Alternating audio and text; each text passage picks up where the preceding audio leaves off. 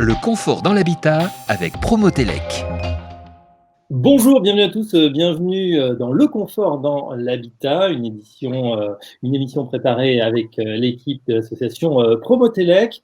On va s'intéresser aujourd'hui pour cette première édition de l'année à l'habitat des seniors. En effet, on va se poser la question comment adapter l'habitat au vieillissement de la population. Alors les seniors, on en a beaucoup parlé évidemment, ils sont personnes à risque, on le sait, dans la pandémie qui nous frappe, mais il y a peut-être, vous le savez, eh bien, d'autres risques pour les seniors, surtout, peut-être pas le troisième âge, mais le quatrième âge, c'est le risque d'accident quand on est tout simplement chez soi, dans sa salle de bain ou en train de faire du bricolage. Alors, chaque année, il y a encore trop d'accidents domestiques. Or, ceci pourrait peut-être être évité si on adaptait eh bien, mieux les logements, si c'était mieux conçu, s'ils étaient aménagés. Comment procéder à cette adaptation? Quels sont les travaux à réaliser? Et puis, au-delà de l'intérieur qui est à aménager, eh bien, est-ce qu'il ne faut pas également modifier l'environnement, le cadre de vie qui sont à repenser? La réponse ou des éléments de réponse, en tout cas, on va le voir avec deux spécialistes. Je suis ravi d'accueillir Florence Delette, la directrice générale de l'association Promotelec. Bonjour Florence. Bonjour Fabrice. Et Luc Broussy, le président de la filière Silver Economy. Bonjour Luc. Bonjour. Alors Luc, vous venez de vous voir confier une feuille de route sur l'adaptation de l'habitat au vieillissement par différents ministères. On va détailler tout ça. On va voir que c'est aussi voilà, un reboot, une version 2 de ce que vous aviez déjà fourni il y a quelques années. Mais tout d'abord, Florence, pour poser le débat, on va parler un petit peu de ces seniors. Pourquoi est-ce que c'est différent? Est-ce que l'habitat doit être repensé? Et puis peut-être en préambule, à quel âge est-ce qu'on est senior? On va parler de l'âge du senior. Alors voilà, pas du senior professionnel, du senior. À quel âge on devient senior et à quel âge on doit commencer à songer peut-être à modifier son habitat?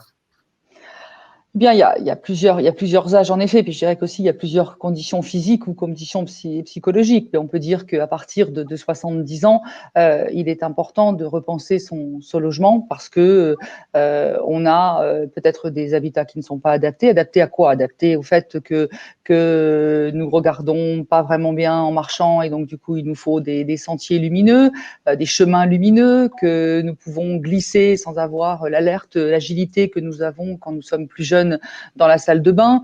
Donc plein de petits détails qui éviteraient des chutes, qui éviteraient bien évidemment des accidents. Et en plus, on est plus fragile, d'autant qu'on est plus fragile. La chute, c'est souvent voilà. la fracture, la fameuse, le col du fémur. Voilà, tout à fait. Dans son entourage, une personne âgée, effectivement, qui a été victime de cette chute et de cette fracture. Tout à fait. Ça concerne tout le monde, mais bien évidemment, avec l'âge, on est moins agile et par conséquent, la chute est plus vite arrivée. En plus, on a tout un débat aujourd'hui sur justement avec des primes qui sont et des aides qui sont autour de la rénovation du logement. Et je pense que c'est une grande opportunité de pouvoir profiter de ces aides aussi pour s'interroger sur le confort dans l'habitat, sur la façon dont on souhaite vivre dans son logement, dans un logement qui serait évolutif, adapté à notre cycle de vie.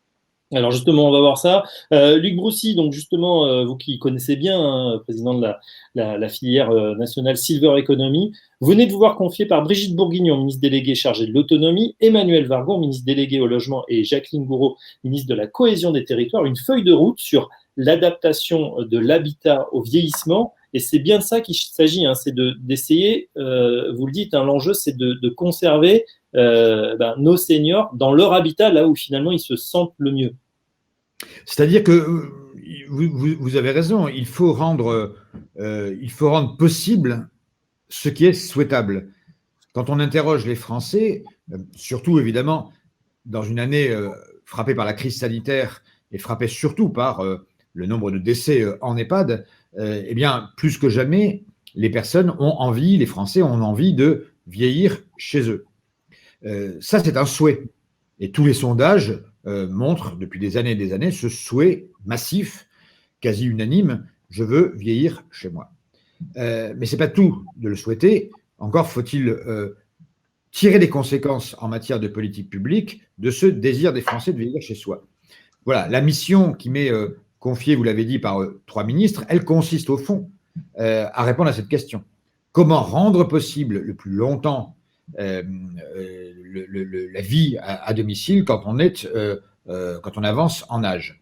Alors, vous l'avez dit, et c'est pour ça qu'il y a peut-être 3 ministres qui ont signé la lettre de mission, ce qui est déjà un premier point positif, parce que ça donne une vision un peu panoramique de la question. La ministre de l'autonomie, parce que là est l'enjeu. Comment rester autonome le plus longtemps possible? La ministre du logement, parce que tout part de là. Plus le logement est adapté, plus il permet de vivre en sécurité, plus on évite la solution alternative qui est le recours à l'EHPAD. Et Jacqueline Gourault, pourquoi la ministre de la Cohésion des territoires? Parce qu'il ne suffit pas de vivre dans un logement adapté. Encore, vous l'avez dit en introduction, faut-il que ce logement soit dans un environnement qui lui-même et un cadre de vie qui lui-même soit adapté. Et donc, il faut aussi avoir des réflexions sur l'adaptation de la ville, de l'urbanisme, de l'habitat, et puis aussi une adaptation à son territoire. Parce qu'on ne vieillira pas de la même façon demain selon qu'on habite en centre-ville, avec des commerces à proximité, en milieu périurbain, où la vie est très difficile sans voiture, ou en milieu rural, où là, les formes de solidarité existent, mais sont évidemment bien différentes, et où les questions de mobilité se posent plus que partout ailleurs. Oui, donc, quelques chiffres justement pour illustrer, déjà en préambule, on a pas mal d'accidents chaque année. Vous avez des chiffres à nous communiquer. Oui, ce chiffre, il est connu de tous, ou plutôt non, il est connu de tous les spécialistes, mais il n'est pas connu de tous. Parce que s'il était connu de tous, il constituerait probablement un des plus grands scandales de santé publique que vit notre pays aujourd'hui. Plus de 10 000 morts par an de seniors d'au-delà de 65 ans d'accidents domestiques. Alors, c'est quoi l'accident domestique? C'est la chute, essentiellement. C'est la chute dans la salle de bain. C'est la raison pour laquelle beaucoup, notamment des organismes comme Action Logement, ont priorisé la transformation de baignoires en douche. C'est parce que beaucoup d'accidents, et la majorité des accidents, se passent dans la salle de bain. Je pense également à la cuisine. Ça peut être des brûlures, ça peut être des chutes dans la cuisine. Et puis, c'est aussi l'environnement immédiat du logement. C'est le passage piéton en bas de chez soi, c'est la voirie défectueuse qui fait qu'on chute. Donc, 10 000 personnes de plus de 65 ans meurent chaque année non pas d'accidents de la route, non pas du terrorisme, non pas de problèmes cardiovasculaires, mais d'accidents domestiques. Ouais, donc, ça doit nous alerter, faire de l'adaptation des logements une priorité de santé publique. Ouais, Florence, c'est un chiffre étonnant et même effrayant que nous communique Luc. Je ne sais pas si tout le monde en a conscience. Et c'est vrai qu'on a pu faire des choses pour, par exemple, les accidents de la route. Là, c'est carrément un domaine de santé, un enjeu de santé publique. Non, je crois que ce chiffre, comme dit Luc, il est connu des spécialistes, il n'est pas connu du commun des mortels. Et c'est bien une raison pour laquelle on est réunis aujourd'hui, c'est-à-dire Luc à travers la présidence de Silver Eco, où on doit, moi je dirais, prendre ce sujet de l'adaptabilité des logements pour les seniors comme vraiment, je dirais, une réflexion, et au-delà d'une réflexion nationale, je veux dire une concrétisation des politiques à mettre en place, avec bien concrètement, avec des travaux qui sont réalisés justement pour éviter cela et réduire cela au maximum. Avoir un minimum, je dirais presque une juste exigence dans le logement qui permette justement de juguler ces chutes et de les prévenir. Luc, justement, vous consultez actuellement tous azimuts pour avoir les bonnes idées, peut-être une feuille de route que vous allez détailler. C'est une mission flash, donc vous avez peu de temps en plus pour rendre vos conclusions. Heureusement, vous êtes spécialiste du sujet. Je l'avais dit en préambule, vous avez déjà travaillé, vous aviez déjà rendu un rapport, je crois que c'était en 2013-2014. Est-ce qu'il y a déjà des pistes de réflexion, des choses sur lesquelles on peut s'accorder? On sait qu'en ce moment, il y a pas mal d'aides. On a beaucoup parlé des baignoires, des baignoires qui disparaissent au profit peut-être des douches à l'italienne pour éviter justement ces chutes. Est-ce que ce sont les bonnes solutions ou est-ce que ce sont des trucs, du rafistolage? Qu'est-ce que vous en pensez? Non, c'est un élément parmi d'autres, mais je pense que la priorité d'abord, c'est de rendre lisible et visible le dispositif d'aide. Il faut que chaque senior dans ce pays puisse se dire d'abord qu'il y a une nécessité, non pas forcément à adapter son logement, mais à réfléchir à l'adaptation de son logement. Donc il y a un vrai problème culturel. Donc moi je souhaite, on verra si je le formalise de cette façon-là dans mes préconisations, mais qu'il y ait un diagnostic habitat-mobilité aux alentours de 75 ans qui permette que chaque citoyen âgé de 75 ans et plus se pose la question. Le logement dans lequel je suis aujourd'hui, avec ma femme ou pas, eh bien, est-ce que cet appartement, ou ce logement, ou cette maison sera adapté aux 10, 15, 20 prochaines années pendant lesquelles je vais me fragiliser, je vais vieillir. Ouais. Est-ce que si c'est adaptable, quel sera le coût? Si ce n'est pas adaptable, est-ce qu'il ne faut pas qu'à un moment donné, comme ça se passe déjà aujourd'hui, de manière silencieuse mais massive, eh bien, qu'un certain nombre de retraités vers 75-80 ans changent de domicile? Parce que ce que les gens veulent, c'est vieillir chez eux. Or, c'est ce chez eux qui va évoluer avec le temps. Ce chez eux, ça peut être une résidence senior, ça peut être un appartement en centre-ville au lieu du pavillon en banlieue, ça peut être… voilà. Donc, c'est d'abord un point culturel. Vers 75-80 ans, il faut se poser la question, plus on déterminera le bon lieu où vieillir, plus on vivra longtemps. Ensuite, l'adaptation du logement, c'est à la fois un certain nombre d'équipements, Florence l'a rappelé, de la barre d'appui au chemin lumineux, à la douche adaptée, aux meubles à hauteur variable, il y a plein de choses aujourd'hui. Pas aussi minorer l'importance que prend dès aujourd'hui, mais que prendra plus encore demain, tout ce qui est numérique, tout ce qui est Internet des objets. Il y a toute une série de solutions qui existent déjà aujourd'hui, mais qui ne sont pas encore généralisées. Les volets électriques roulants, les capteurs de chute, les sols qui permettent de détecter les chutes. Il y a toute une série d'éléments comme ça de manière… et je pense que la crise sanitaire qu'on a aujourd'hui a montré qu'au fond, les personnes âgées, si pour peu qu'on les encourage à cela, eh bien, adoptent très rapidement l'usage du numérique. Donc, le logement adapté de demain, c'est pas seulement des travaux comment dire, sur les murs, sur l'environnement, c'est aussi un outillage numérique qui fera d'ailleurs appel à de nombreux artisans. Et c'est ça l'autre élément important, c'est qu'il faut que les personnes âgées se sentent en sécurité par rapport aux travaux qui sont faits chez eux, que les personnes âgées aient avec le monde des artisans une relation de confiance. Ouais. Alors ça c'est intéressant parce qu'on a noté un diagnostic donc habitat mobilité, adaptation du logement, le recours bien sûr à toutes les nouvelles technologies dont les seniors, contrairement à ce qu'on croit, s'emparent effectivement très très bien. On connaît des seniors qui sont sur Facebook, sur Twitter, sur WhatsApp, etc. et qui s'en sortent de manière tout à fait convenable. Florence, qu'est-ce que ça veut dire pour l'association Promotelec? Comment vous accompagnez ce mouvement là justement si on met en place ce diagnostic mobilité? Est-ce qu'il y a déjà voilà, des initiatives qui sont lancées? Je dirais d'abord, comme Luc le disait tout à l'heure, sa mission, elle date d'avant, ou du moins son travail sur les seniors date d'avant. Promotelec aussi, on a une offre, nous, qui s'appelle Confort Habitat ou Confort pour les seniors, Habitat pour les seniors. Et dedans aussi, on a un questionnaire qui permet justement de faire un diagnostic de l'habitat dans lequel on est et de voir à la fin, vous avez un budget réalisable ou pas selon les différents types d'aménagements que vous devriez faire. Et puis après, il y a toute cette communication que fait l'association autour justement de cet habitat qui doit toujours être, je dirais, confortable, en sécurité électrique. J'insiste aussi, puisque par exemple, si on parle de haut débit, si on parle de numérique, si on parle d'objets connectés, je me permets quand même de rappeler qu'une condition sine qua non, c'est la sécurité électrique. Il ne s'agit pas non plus de rajouter des incidents électriques quand on va brancher une quantité d'objets télé numérique, je ne sais pas comment on dit, mais que ce soit les volets roulants, mais pas que ce soit aussi l'éclairage, que ce soit le chauffage aussi, le chauffage intelligent.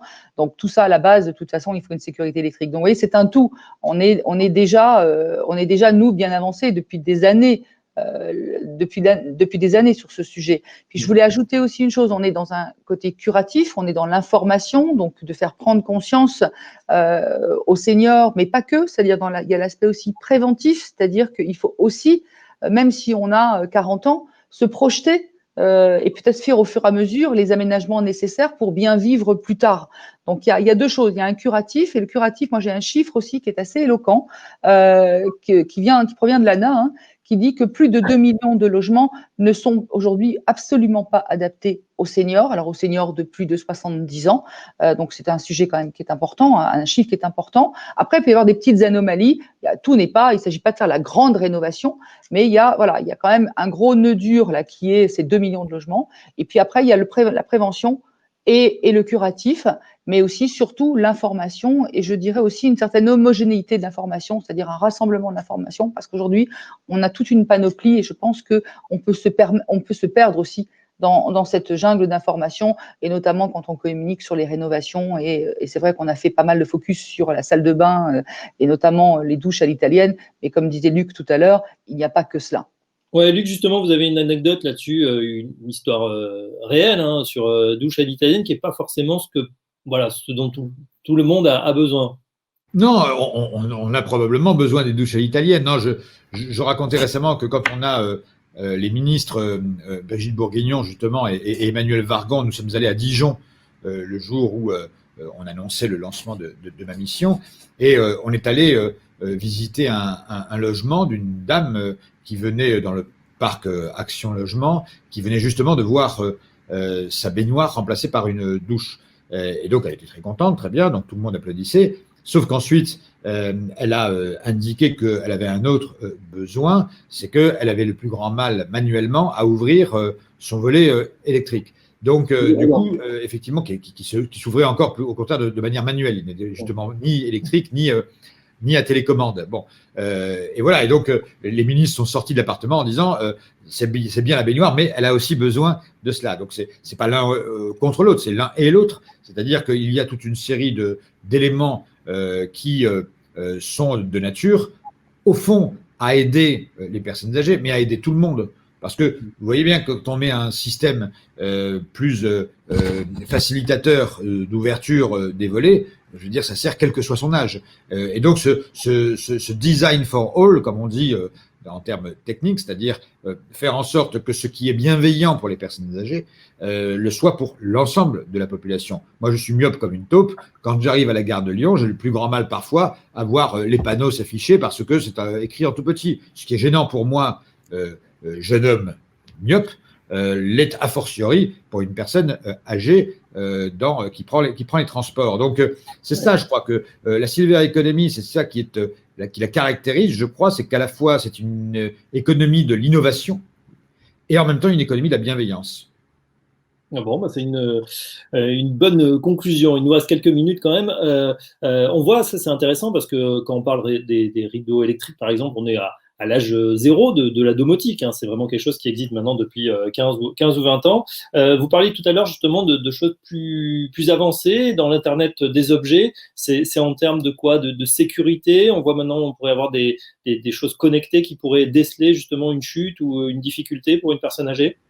Oui, il y a toute une série d'innovations qui aujourd'hui soit font l'objet d'expérimentation, soit qui sont déjà sur le marché, mais de manière encore presque anecdotique. Donc, ce que nous devons, c'est mettre sur la table l'ensemble de ces bonnes pratiques qui existent ici ou là, et que ces instruments-là deviennent au fur et à mesure des instruments de consommation ordinaire pour les uns et les autres. Alors, les uns et les autres ont des moyens différents, et c'est pour ça que les politiques publiques doivent s'adapter à ça. Il va falloir à un moment donné qu'on ne soit pas inégaux dans l'accès à ces nouvelles technologies. Et donc, c'est un des enjeux aussi de politique publique, c'est de faire en sorte que dans la prise en charge du vieillissement, dans la prise en charge du risque dépendance par les pouvoirs publics, eh bien, de plus en plus, ces outils fassent partie du panier de biens et services, pour que chacun ait un égal accès à ces outils. Mais on voit bien à quel point ils sont en train de se développer.